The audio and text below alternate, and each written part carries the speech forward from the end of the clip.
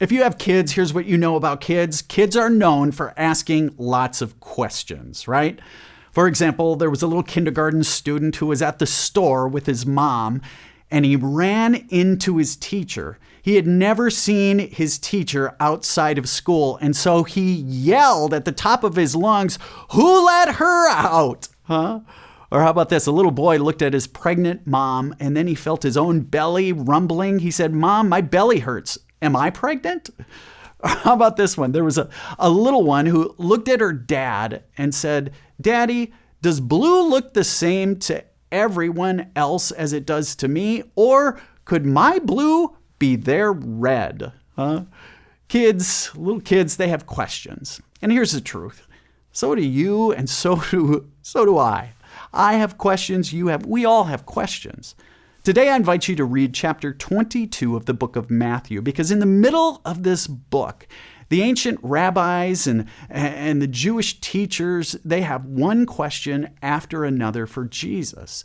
So many that we might ask today, why all the questions?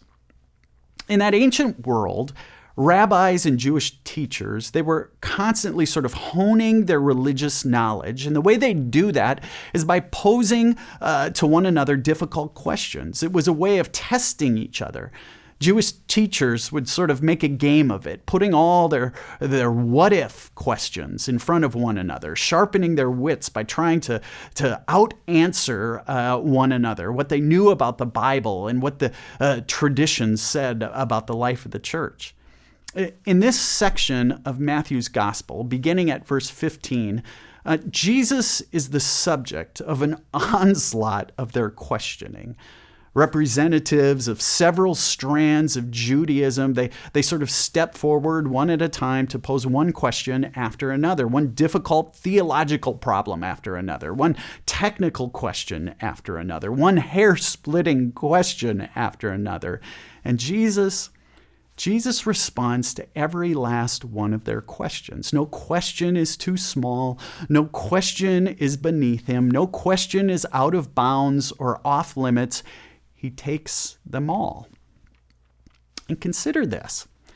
If this is how Jesus responds to those who are his supposed enemies, those who will be responsible for putting him on the cross, consider for a moment what Jesus thinks of your questions, your doubts, those moments when you get stuck and you aren't so sure and have that deep curiosity. Jesus doesn't see it as an interrogation or a lack of faith or a weak faith.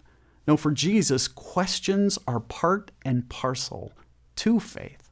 Questions are necessary to a deep and abiding faith. Now, Jesus' questioners, here in chapter 22, their questions have a not so hidden agenda, though. They want to discredit Jesus. They want to catch him in an embarrassing position. They're trying to outwit him and strip him of his popular support, but they can't hem him in. Verse 26, we read, "No one was able to give him an answer, nor from that day did anyone dare to ask him any more questions. And because they can't trick him, they must use extreme measures." You know where the story is going. But before we get there, in our next session, consider these questions. What nagging questions do you have about God, faith, the church, and the Bible? If for God, questions are a sign of a deep and abiding faith, what will you do with your questions?